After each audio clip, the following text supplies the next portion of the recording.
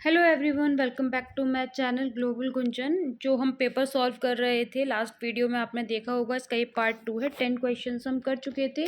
ये हमारा 11th question से नेक्स्ट क्वेश्चन स्टार्ट हो रहा है। दो अलग तरीके की वीडियोस रन हो रही हैं। एक जो ऑनलाइन आपका पेपर है, मैंने आपको बताया था कि आप यहाँ से ऑनलाइन प्रैक्टिस कर सकते हैं फ्री में, प्रैक्टिस सेट्स को डाउनलोड करके या फिर वहीं के वहीं।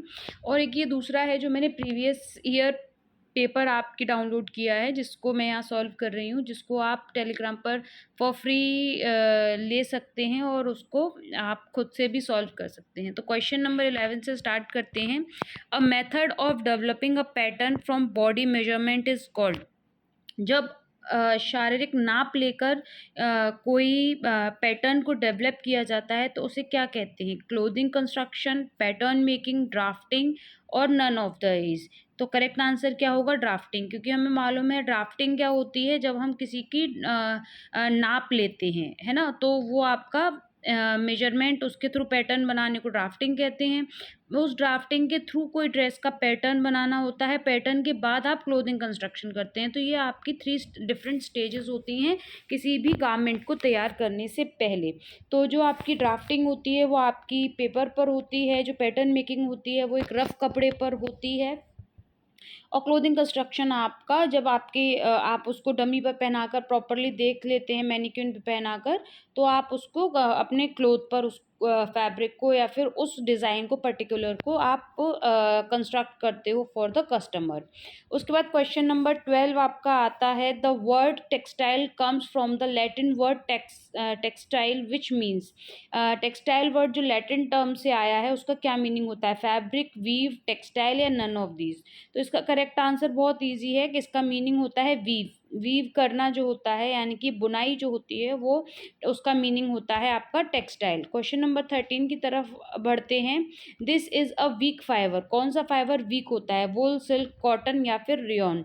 तो आपका करेक्ट आंसर होगा डी, रेयॉन, क्योंकि रेयॉन जो होता है वो आपका ब्लेंडेड होता है, जबकि जो आपका स्ट्रॉन्गेस्ट नेचुरल फाइबर जो है वो आपका सिल्क होता है। और वुल की भी स्ट्रेंथ बढ़ जाती है और कॉटन आपका स्ट्रॉन्ग होता ही है।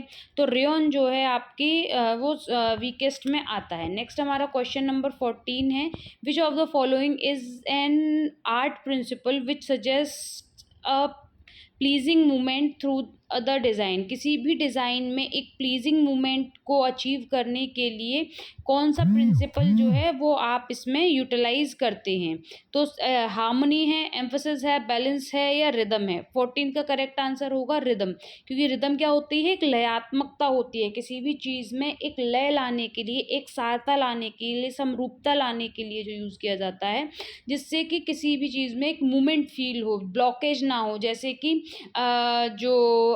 कोई भी चीज़ में आपने पहले स्क्वायर यूज़ कर लिया, फिर उसके बाद में आप एकदम से ट्रायंगल यूज़ कर लें, तो वो क्या होगा? ब्लॉक हो जाएगी आइज़। आप स्क्वायर देखेंगे, ट्रायंगल देखेंगे, अलग अलग।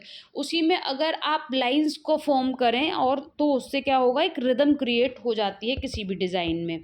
फिर है question number 15, waiting is a sizing technique for. Waiting क्या होता है आपको मालूम है? जब किसी फैब्रिक के ऊपर उसके ऊपर स्टार्चिंग की जाती है, स्टार्च लगाकर उसके वज़न को बढ़ाया जाता है, उसकी स्ट्रेंथ को बढ़ाया जाता है। ये जो साइजिंग की टेक्निक होती है, ये किस फैब्रिक के लिए होती है? सिल्क, वूल, रेयॉन या फिर लिनन। क्वेश्चन नंबर 15 का करेक्ट आंसर क्या है? क्वेश्चन ये है, जो वेटिंग होती है वो आपकी सिल्क के लिए की जाती है। ऑप्शन नंबर ए आपका करेक्ट आंसर रहेगा।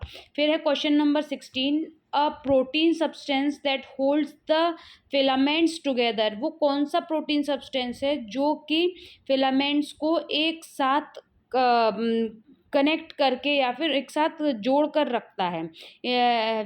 विक्यूना, एल्पाका या फिर सैरसिन या फिर मोयर।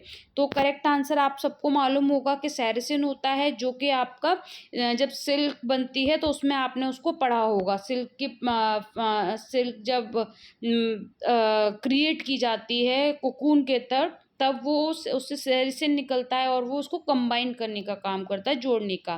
क्वेश्चन नंबर 17 है suggested lethal for infant includes. Question number 17 का करेक्ट आंसर क्या होगा? कॉलरलेस ड्रेसेस, मतलब कॉलरलेस ड्रेसेस जो हैं वो जो छोटे बच्चे होते हैं उनके लिए सजेस्ट की जाती है। क्वेश्चन नंबर 18 पर आते हैं। Short live fashion is called, जो फैशन बहुत कम समय के लिए आती है और फिर उसके बाद वो आउट ऑफ फैशन हो जाती है, तो उसे क्या कहते हैं? उसे हम फेड्स कहते हैं, यानी कि जो बहुत जल्दी आई और मार्केट से चली गई। तो ये इसको हम फेड फैशन कहते हैं।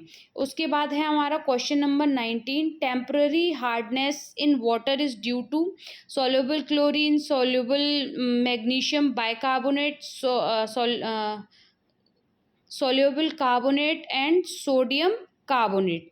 तो इसका 19th का आपका करेक्ट आंसर क्या रहेगा? Option number B, magnesium bicarbonate जो होते हैं, जो सॉल्युबल होते हैं, यानी कि जो घुलनशील होते हैं, वो आपकी टेम्परेरी हार्डनेस के लिए होते हैं। क्वेश्चन नंबर 28 पे आते हैं हम।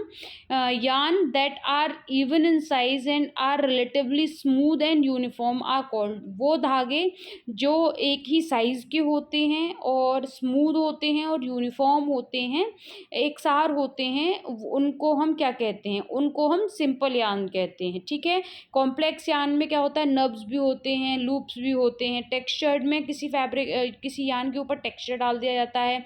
और जो स्ट्रेस्ड यार्न होते हैं उनको अधिक तनाव की स्थिति में खींचकर और उनसे फिर वीविंग की जाती है। इससे जो फैब्रिक जो होता है वो आपका स्ट्रेचेबल बनता है। तो इस तरीके से क्वेश्चन नंबर 28 का करेक्ट आंसर क्या होगा? Option number 1।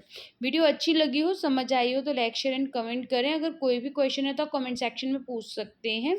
Thank you for watching my video and have a good day. Bye bye.